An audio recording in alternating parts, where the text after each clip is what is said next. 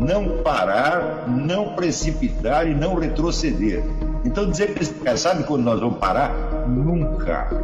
Nunca na sua porca vida. Né?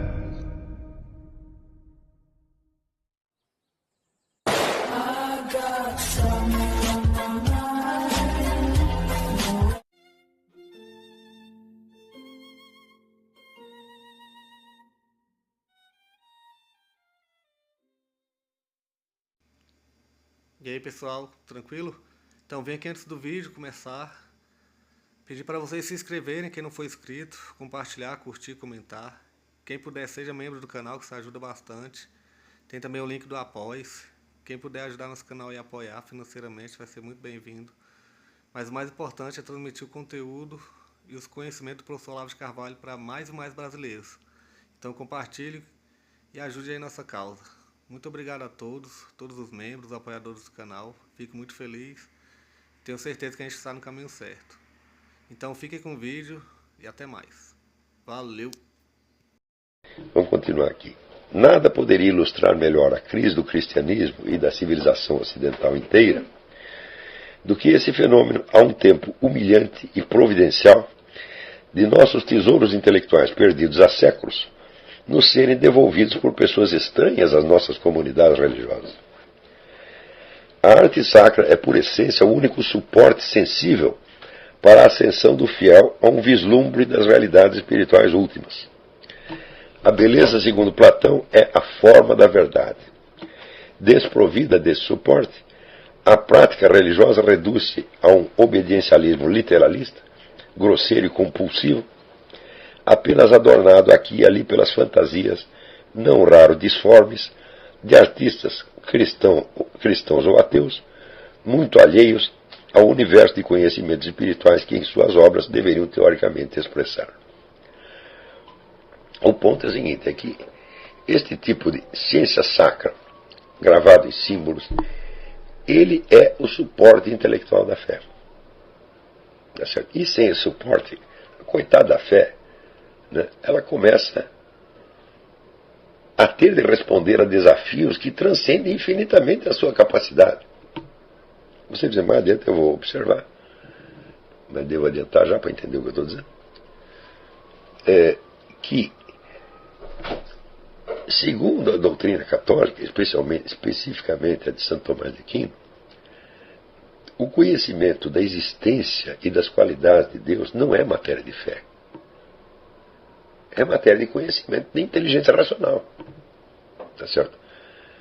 Ora, quer dizer que se não há este conhecimento, tá certo? Ou se esse conhecimento existe apenas em termos teóricos, sem aquele suporte sensível gravado na arte sacra, que ajude o fiel a ter, vamos dizer, um vislumbre, ter uma visão mais intuitiva daquilo que está na doutrina sagrada,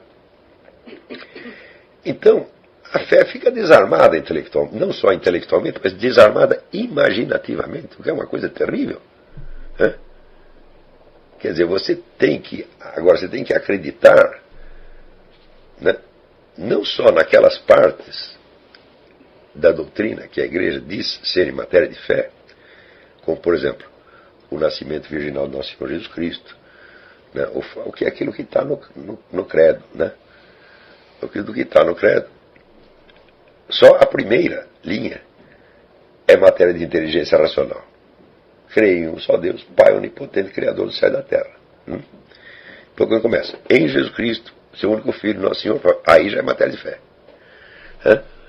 Agora, se você não tem a compreensão intelectual e o suporte imaginativo para entender a primeira linha, as outras todas, meu filho, se tornam arbitrariedade. E foi aí que surgiu o sentido moderno da palavra fé, moderno e profundamente herético da palavra fé, como uma aposta no irracional. Algo que você acredita porque acredita. Esse é o sentido. Quem deu esse sentido, quem consagrou esse sentido da palavra fé, foi Immanuel Kant.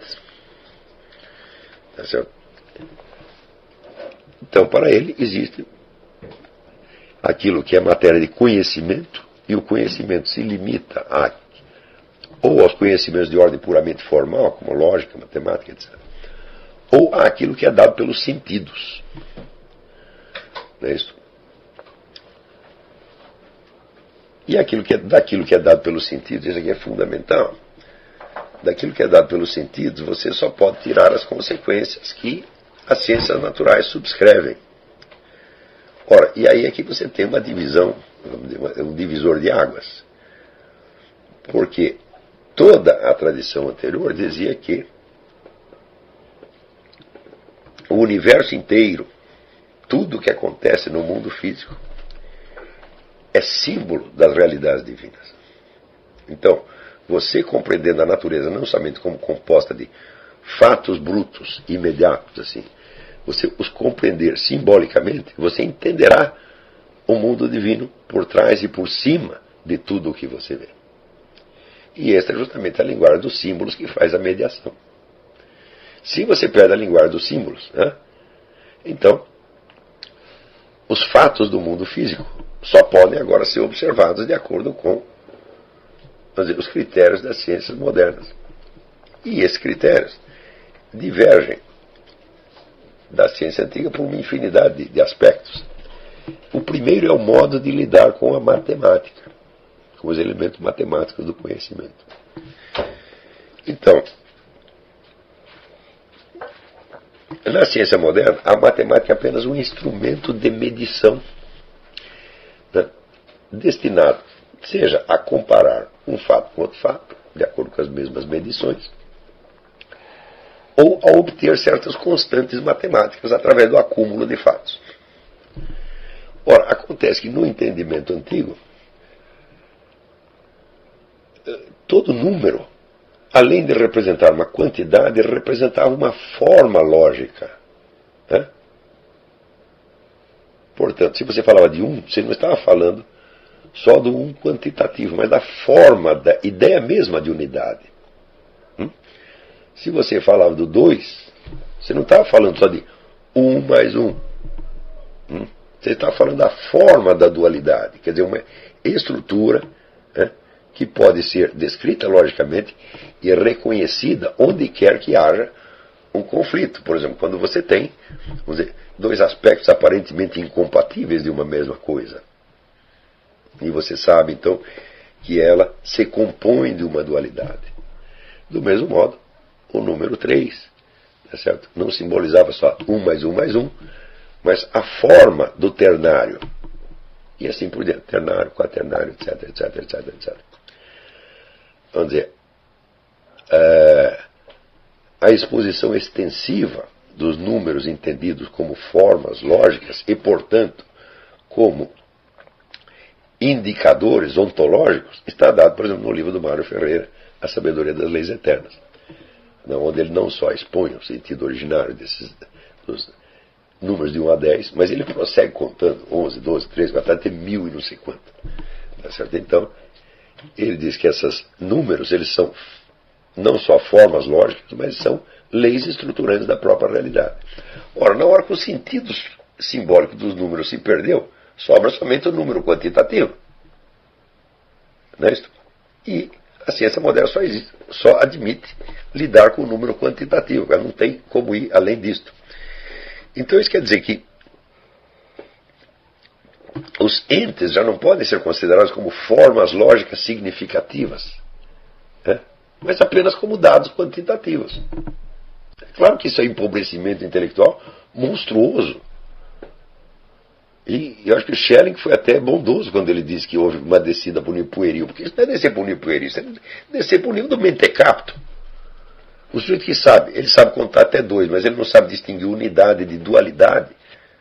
Tá certo? Ele não sabe, por exemplo, que todo problema tem a forma de uma dualidade.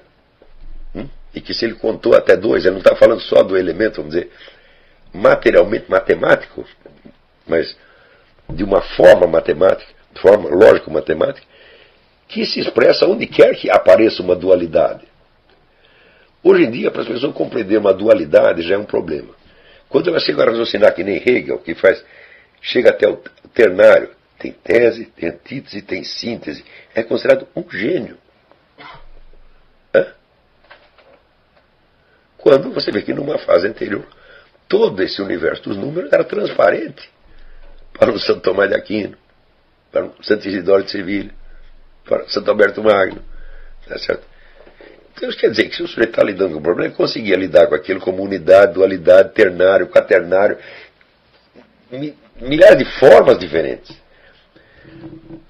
No século XX, o nosso Mário Ferreira dos Santos vai restaurar, então, com base nisso, o que ele chama a década dialética. Quer dizer, você enfocar um tema, um ente, um problema, sob 10 formas lógicas sucessivas.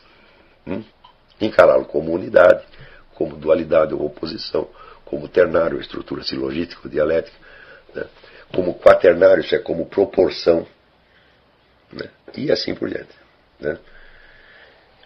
Quando você vê tudo isso recuperado pelas mãos do Mário Ferreira, e você vê que isso já estava nos escolásticos, então você entende, vamos dizer, que a redução das matemáticas a um instrumento de medição foi um crime monstruoso contra a inteligência humana, né? E esse crime, junto com ele, vem o da perda do sentido simbólico da realidade exterior, do cosmos onde você está. Isso quer dizer que, para a mentalidade medieval escolástica, o versículo bíblico, os céus e a terra cantam a glória de Deus, não era só poesia, gente. Era uma técnica de decifração das formas, técnica de apreensão do sentido simbólico da natureza. Quando se perde essa linguagem, o sentido simbólico continua existindo, porém só como figura de linguagem, como criação poética, criação cultural. E, naturalmente,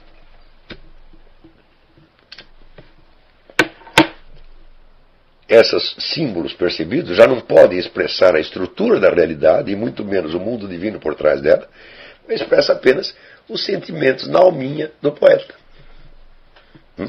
Que, por exemplo, a namorada dele largou ele, está chovendo, então ele diz que a natureza está chorando por causa do draminha dele. Então, esse rebaixamento da linguagem poética, quer dizer, quando você compara os poetas românticos, por exemplo, com Dante, você vê que alguma coisa se perdeu. Porque em Dante, cada coisa que ele coloca lá, quando ele fala de selva, se você vai rastrear o que quer dizer a selva, tem 10 camadas de significado. Tá certo? Quando aparece o leão, a loba, o cachorro, etc. Está tudo montado num sistema simbólico perfeitamente coerente e unitário, que é o mesmo que aparece na estrutura das catedrais e na arte sacra, nos vitrais, etc, etc. Bom, e de repente o sujeito rebaixa tudo isso, vamos dizer, para usar os entes da natureza para exprimir os seus sentimentozinhos. Não é isso? Para que você vê em Victor Hugo, né, que foi um grande poeta francês do século XIX, né, no qual Bernanos via assim, o suprassumo, né, da baixeza intelectual, porque era, vamos dizer, o anti-Dante, né? Você chamar aquilo de poesia, então era uma vergonha, porque era apenas, vamos dizer, a expressão, né, das dores de corno de um burguesinho idiota, entendeu? Que, claro, dominava a linguagem e às vezes produzia umas ressonâncias bonitinhas, mas era só. Então isso quer dizer, com o sentido da arte sacra, tinha se perdido também o sentido do simbolismo da natureza, e com o simbolismo da natureza tinha se perdido o quê? A visão da própria natureza, sobrando somente, né, esses fragmentozinhos, né, recortados pela ciência moderna, medidos e comparados uns com os outros para tirar conclusões frequentemente inócuas. Né? E, sobretudo, você vê que no contexto escolástico, a visão que os grandes artistas e os filósofos e os místicos tinham da natureza era substancialmente a mesma que o povo tinha. Quer dizer que o universo de Dante não existia só para Dante, existia para o último camponês analfabeto. A única diferença é que o Dante enxergava mais. Mas era a mesma coisa. Ao passo que no mundo moderno, o universo da ciência se torna um universo ininteligível e incomunicável com o universo da experiência humana comum e corrente, ao ponto de você poder até negar a significação, né, às teses científicas. E é exatamente isto, é o assunto do mais brilhante livro de Edmund Husserl, A Crise das Ciências Europeias e a Fenomenologia Transcendental, onde ele diz que as ciências perderam o fundamento da sua própria cientificidade. Elas não são mais científicas, elas viraram outra coisa. Na minha medida que viraram outra coisa, cortaram o elo com o mundo da experiência, que eles chamam Lebenswelt, o mundo da vida, e já não significam mais nada, exceto como uma regra de jogo que vale para os profissionais da área, os quais também não sabem dizer o que aquilo significa. Então você vê que esta perda foi uma crise civilizacional monstruosa, e que afeta, não vou dizer que afeta só os ateus, os materialistas, etc., afeta todo mundo, ao ponto de que os católicos tiveram que ser socorridos por esse grupo de hereges, tá entendendo? E eles, por um motivo ou outro, tinham conservado o senso daqueles simbolismos. Eles viam que em outras civilizações havia ainda pessoas que tinham esta noção, como tinha na Índia, né?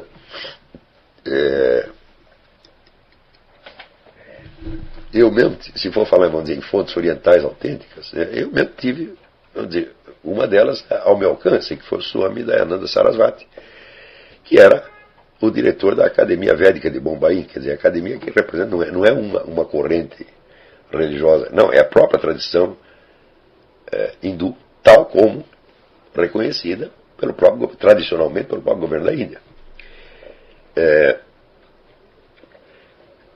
E esse cidadão esteve no Brasil, e eu, por várias vezes, eu tive a honra, a oportunidade de servir, de guia turístico para ele. E ficava, evidentemente, cravando o homem de perguntas, né, o tempo todo. E nós vimos que esta noção, por exemplo, do simbolismo da natureza, era uma coisa que para ele era óbvia, estava presente, não era uma coisa que ele tinha, vamos dizer, teve que recuperar, né, lendo René Guénon. Ele nunca tinha lido René Guénon, nem tinha ouvido falar de René Guénon, né? Quer dizer, ele pegou aquilo das fontes tradicionais hindus, e aquilo para ele era o óbvio dos óbvios. E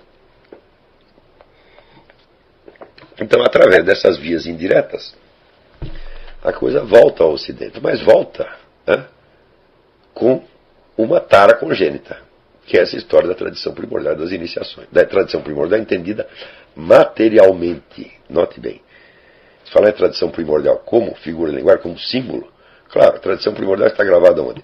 No próprio universo, meu Deus do céu, né? A primeira revelação que Deus fez foi a criação do universo.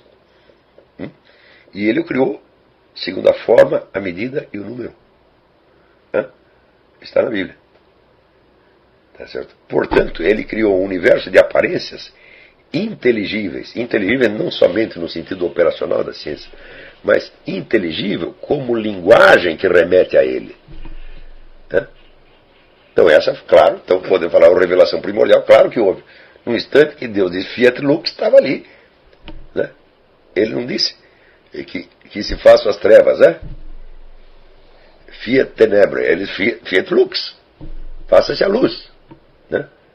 Então, a luz, o que é? A revelação, é a mostração, não é nem demonstração, é a mostração, é um universo que se revela, tá certo, ao ser humano, né? Para o qual o universo foi feito. Isso eu aprendi no catecismo quando eu era criança. O padre perguntava, para quem Deus fez o mundo? Para o ser humano, né? Então, quer dizer, e neste sentido, quando mais tarde o filósofo grego dirá o homem é a medida de todas as coisas, não estará totalmente errado. Porque tudo foi feito na medida de poder ser apreendido, compreendido e decifrado pelo ser humano. De tal modo que através do cenário inteiro das aparências, ele pudesse penetrar, tá certo, numa sucessão infinita de mistérios de luz. Não mistério de trevas, né? Tá certo? No sentido em que mais tarde, muito mais tarde, o próprio Albert Einstein dirá uma frase maravilhosa. Ele diz: a única coisa incompreensível é que tudo será tão compreensível. Então, quando você começa a olhar esse universo de símbolos, né, e a descobrir na própria cultura, ocidental ou outra, né, os sinais de que tantos homens compreenderam isto e viram a mesma coisa que você está vendo, tá certo? Você entende que no conjunto da realidade você não tem um equilíbrio de luz e trevas. Não, você tem um pontinho de trevas e você tem um oceano infinito de luz, que nunca acaba. E é isso mesmo que foi perdido na entrada da modernidade. E uma das consequências dessa perda é a que eu chamo a sobrecarga da fé. A sobrecarga da fé é quando você aceita a regra do jogo que lhe foi imposta por um Kant. E você acredita que aquilo que o conjunto da sua religião, seja ela católica ou protestante, depende da fé. Ou seja, uma aposta, né, uma coisa irracional que vai alheia ao universo do conhecimento. Então é claro que o sujeito, para acreditar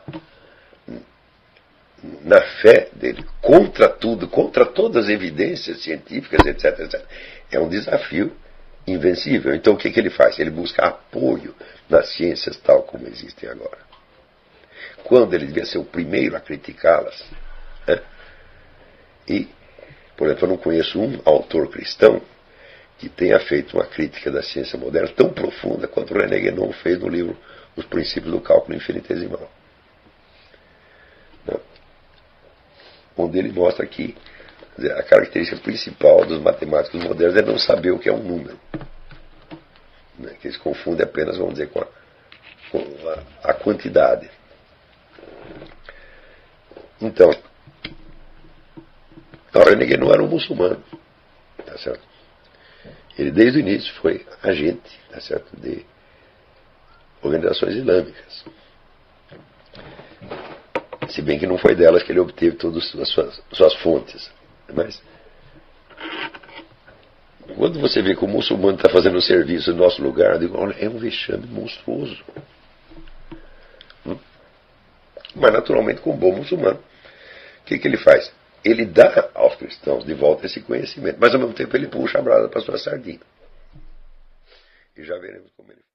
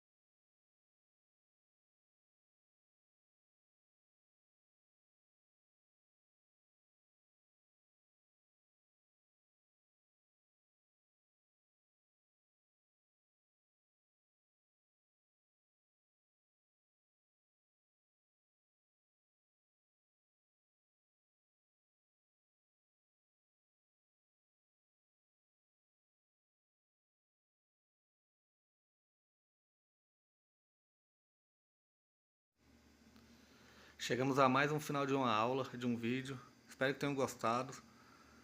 Quem não se inscreveu ainda, se inscreva, compartilhe, comente. Ajude o nosso canal, apoie, seja membro. E ajude o nosso canal a chegar a cada dia a mais brasileiros que precisam muito do conhecimento do professor Olavo de Carvalho. Então é isso aí, fique com Deus, até o próximo. Valeu!